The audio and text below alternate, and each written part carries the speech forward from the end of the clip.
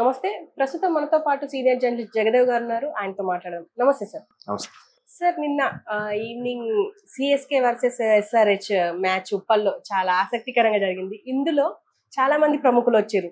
ఆ ప్రముఖుల్లో విమర్శలు పొందుతున్నది మాత్రం రేవంత్ రెడ్డి. ఎందుకంటే సీఎం రేవంత్ రెడ్డి ఇప్పుడు ప్రస్తుతం ఎందుకంటే సీఎంగా చాలా విధులు ఉంటాయి. అవి అన్ని పక్కన పెట్టేసి ఫ్యామిలీతో అక్కడ చిల్ అవుతున్నారు. ఇంకో పక్క మాజీ సీఎం పంట పొలాలు ఎండిపోయినాయని చెప్పేసి అన్ని జిల్లాలు తిరుగుతున్నారు.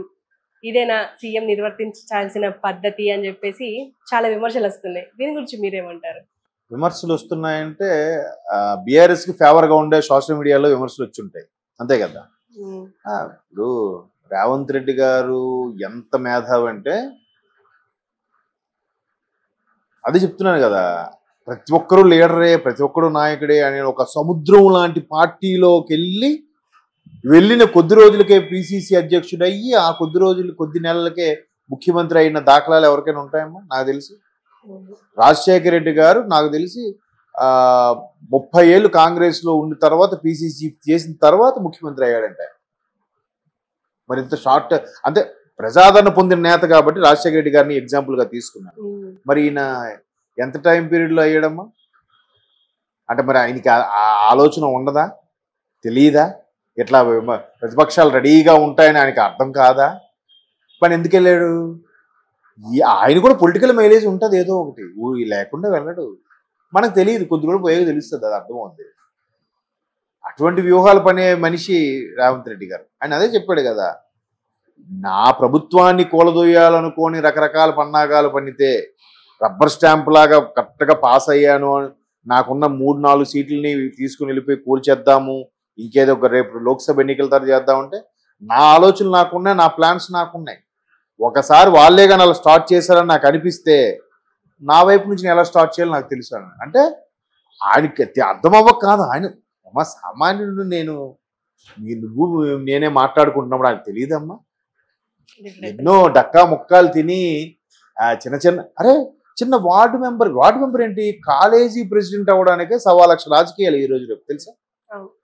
అసలు నేను చదువుకున్న రోజుల్లో అంటే ఆల్మోస్ట్ 10-15 డేస్ చేసి 10-15 ఇయర్స్ బ్యాక్ గ్రాడ్యుయేషన్కి కాలేజీ ప్రెసిడెంట్ అవ్వాలంటే అప్పట్లోనే 20-30 వేలు ఖర్చు పెట్టారు ఒక సాధారణ కాలేజీ ప్రెసిడెంట్ అవ్వడం కోసం. అంటే అఫ్కోర్స్ గ్యాదర్ చేసినవే, ఆడు 100 ఈడు 50 అట్లా తీసుకునేవే. కానీ 20,000 అంటే అప్పుడులో 20,000 అంటే అడు బాగా రిచ్గా బతికినోడికి 20,000 వచ్చేది జీతం. ఇప్పుడంటే సాఫ్ట్వేర్ ఎక్కువ వచ్చేసాయి కానీ కదా. మరి అలాగ ఒక కాలేజీ ప్రెసిడెంట్కి అంత ఖర్చు పెడితే ఇట్లా చేయడానికి ఎంత ఖర్చు పెట్టి ఉండాలి, ఎన్ని డక్కా ముక్కాలు తిని ఉండాలి. ఆయన ఒక వార్డ్ అక్కడ ఏదంటే హౌసింగ్ సొసైటీకి దేనికి ఫస్ట్ చేశారట సెక్రటరీగా, ఏదో ప్రెసిడెంట్గా. అక్కడ నుంచి ఆయన ఎన్నో రాజకీయాలు ఫేస్ చేసే ఉంటాడుగా. పోతే ఇప్పుడు ఈయన ఒంట్లో బాగాలేదు, ఇప్పుడు జనాల్లోకి వస్తున్నాడు. ఈయన డైరెక్ట్గా రైతుల వరకు ఎందుకు వెళ్ళిపోయారు? మరి ఇదే రైతుల కోసం వెళ్ళినప్పుడు బారాసాగా పేరు మార్చినప్పుడు ఎక్కడో ఉత్తరాదిన ఒక రాష్ట్రంలో వెళ్ళి అక్కడ రైతులకి 1 లక్ష రూపాయలు ప్రకటించారంటే ఈయన. అప్పుడు ఎన్ని విమర్శలు వచ్చాయి? తెలంగాణ ప్రభుత్వం మీద వచ్చిన డబ్బుని తెలంగాణ ప్రజల పన్నుల రూపంలో కానీ ఇక్కడ కష్టపడిన దాని వచ్చిన దాన్ని అక్కడెక్కడో రైతుకి ఇవ్వడం, ఇక్కడ రైతులకు ముందు ఇవ్వయ్యా అని కూడా అన్నారు చాలా మంది. మరి దానికి ఏం చెప్తారు? అంటే ఇక్కడ రేవంత్ రెడ్డి గారు అంటే నాకేదో ఫేవర్ అని నేను మాట్లాడట్లేదు. ఒక ముఖ్యమంత్రి సుమారుగా 2 అవర్స్ కనీసం కదా, అంటే 2020 మ్యాచ్లు కాబట్టి 2 అవర్స్ వరకు స్పెండ్ చేశారు అని అంటే ఎంత వాల్యుబుల్ టైం అది. ఆయన అక్కడ ఎందుకు ఉన్నాడంటే ఏదో రీజన్ లేకుండా అయితే ఉన్నాడు. ఎంత మన ఉప్పల్లోనూ మన హైదరాబాద్లో జరిగినా కానీ బట్ ఉన్నాడు అంటే ఇంకేదో ఉంది. ఆయనకు ఒక పర్సనల్ సెక్రటరీ ఉంటారు, ఆయన మంది మార్బలం, ఒక ఐఏఎస్ ఆఫీసర్ రేంజ్ కూడా సెక్రటరీగా ఉంటాడు. అంత టైం ఎందుకు కేటాయించి పెడతాడు? అవన్నీ బేరీజ్ వేసుకునే ఉంటారు కదా, మాట్లాడతారుగా. తర్వాత ప్రతిపక్షాల ఇంపాక్ట్ ఉంటుందిగా. అది కాక పర్సనల్ సెక్రటరీ ఒకటి ఉంటాడుగా. ప్రభుత్వం ఇచ్చిన సెక్రటరీ కాకుండా, ఐఏఎస్ ఆఫీసర్ కాకుండా పర్సనల్ సెక్రటరీ కూడా ఒకటి ఉంటారుగా. ఈయనకి సలహాలు ఇచ్చినందుకు ఒక ఆ పార్టీ తరపున వ్యక్తి కూడా ఉంటారుగా. ఆయన కాన్వాయ్ అంటే ఆయన ఒక్కడేనా? కాదు కదా. చీఫ్ సెక్యూరిటీ వీళ్ళందరూ ఉంటారు. వీళ్ళందరికీ తెలియదా? అందరికీ తెలుసు.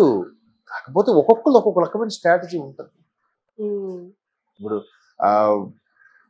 ఒక్కోసారి కేసీఆర్ గారు 2 సార్లు అనుకుంటా మహాచండీ యాగం ఏదో చేశారు కదా. మరి చండీ యాగం చేస్తే భార్య భర్తలు ఇద్దరు కలిసి కూర్చోవాలి. ఒక రోజంతా పోయింది. మరి అప్పుడు అక్కడ రాష్ట్రంలో ప్రజలు అంత ఇబ్బంది పడుతుంటే ఇక్కడ ఈయన రోజంతా కూర్చొని భార్యతో హోమం చేశాడని అంటే ఎంతో రాష్ట్ర ప్రయోజనం కోసం హోమం చేశానంటాడు. రేపొద్దు రేవంత్ రెడ్డి గారు కూడా ఇప్పుడు ఈయన ఆల్రెడీ ట్రోల్స్ అవుతున్నాయి, దీని మీద కూడా ఆయన కౌంటర్ వేస్తాడు. చూడండి, నేను అక్కడ ఫారినర్స్కి వెళ్ళాను, వాళ్ళు కలవడానికి ఫండ్స్ మొబిలైజ్ చేశానికి వెళ్ళాను అంటాడు ఆయన. మేబీ అంటున్నాను నేను. కాకపోతే చెప్పాను కదమ్మా, ప్రతి ఇంతకుముందు కూడా సందర్భంలో చెప్పాను, ఈయన ఆ చేనేత కార్మికులకో సంథింగ్ ఎవరికో కలవడానికి వెళ్ళినప్పుడు వాళ్ళకి అప్పట్లో చంద్రబాబు నాయుడు గారికి అడిగితే ఆయన ఇవ్వలేదు, ఆయన దుర్మార్గుడు అని విమర్శించారన్నారు. మరి కదా, మరి అక్కడ చంద్రబాబు నాయుడు దుయ్యబడుతున్నారు, ఇక్కడ రేవంత్ రెడ్డిని దుయ్యబడుతున్నారు. అంతా ఏంటి? ఎన్నికల స్టంట్, పొలిటికల్ మైలేజ్ కోసం. ఎంత చేసినా ఈ 40 రోజులే చేయాలి. ఇంకా పోలింగ్ 13, ఒక రోజు ముందు ఎలాగ ఆపేస్తారు 11 వరకు, ఎంతవరకు 11 సాయంత్రం వరకు ఎంతవరకు ఛాన్స్ ఉంటుంది. అంటే ఒక 10 రోజులు, ఒక 20 రోజులు, 30 రోజులు ఉంది ఇంకా గట్టిగా. ఈ 30 రోజుల్లో ఏం చేయాలి?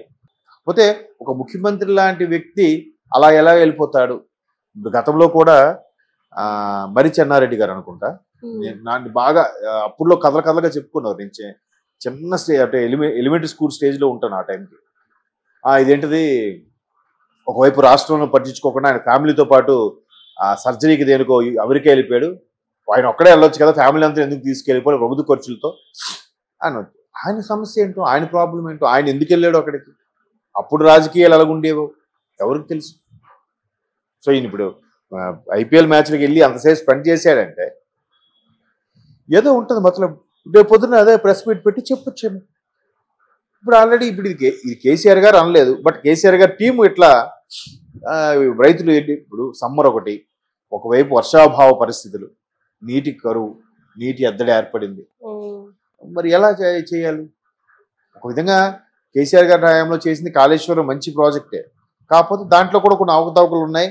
దాన్ని ఇన్ని కోట్లు కానీ చూపిస్తే దానికి రెట్టింపు సంఖ్యలో వృధా చేసేసారు, లాగేశారని కూడా విమర్శలు ఉన్నాయి. పోనీ ఎంత విమర్శలైనా ఒక మంచి పని అయితే అయ్యింది కదా. నేను 2 వైపులా మాట్లాడుతున్నాను, ఒక మంచి పని అయితే అయ్యింది.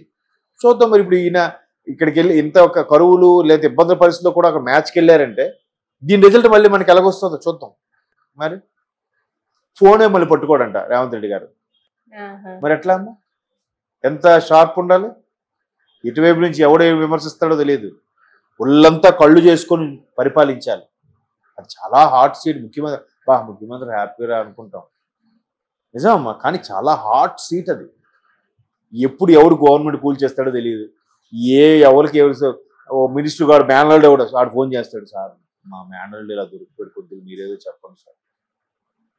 ఇట్లాగా ఇప్పుడు వాడి వరకు అయితే ఓకే, పక్కోళ్ళ మీద ఆ పక్కల ఫ్రెండ్ కూడా. ఇప్పుడు నాకు ఫ్రెండ్స్, అరే నీకు కొద్దిగా మీడియాలో పరిచయాలు ఉంటాయి కదా, తిరుపతిలో దర్శనం గురించి చెప్పరా. నీ వరకు ఓకేరా, నీ ఫ్రెండ్ ఎవడో వెళ్తున్నాడు కూడా నాకు చెప్తాడు. వాడు ఇబ్బంది అయిపోతుంది కదా. అలాగా నేను వాడికి కూడా ఎన్నిసార్లు అడుగుతాను, ఎవడైతే వాడికి చెప్తాడో వాడికి అడగలేం కదా. అప్పుడు రేపు నాకు వాడు చేయడు, ఇంకా నాకు వెళ్ళడానికే కావదు. అట్లాంటివి పరిస్థితుల్లో చాలా ఉంటాయి. కాకపోతే ఒక సింపుల్గా మనం ఇప్పుడు క్రికెటే చూసుకోండి, సింగిల్ తీసి అడిగి ఇచ్చేసింటే బాగుంటారా, మ్యాచ్ అయిపోయేది.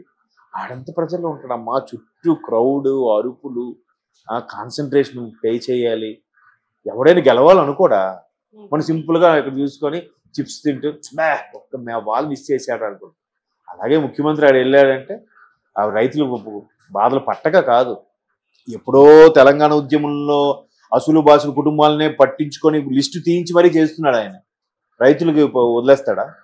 చూద్దాం దాన్ని ఎంత చాకచక్యంగా చేస్తాడు. ఎందుకంటే డిఎస్పీ నల్లిగాని పిలిపించి మళ్ళీ పోస్టింగ్ ఏదో చేపిస్తున్నారు. ఎవరెలా చేస్తారమ్మా? అలాంటి కొన్ని మంచి ఉన్నాయి కదా, అప్పుడే ఎందుకు ఛాన్స్ ఇద్దాం. ఇంకా ఇట్లా ముందే అనేస్తే ఆయన ఫీల్ అయ్యి ఈగో హట్టే చేయడం మానేస్తాడు. Okay sir, thank you.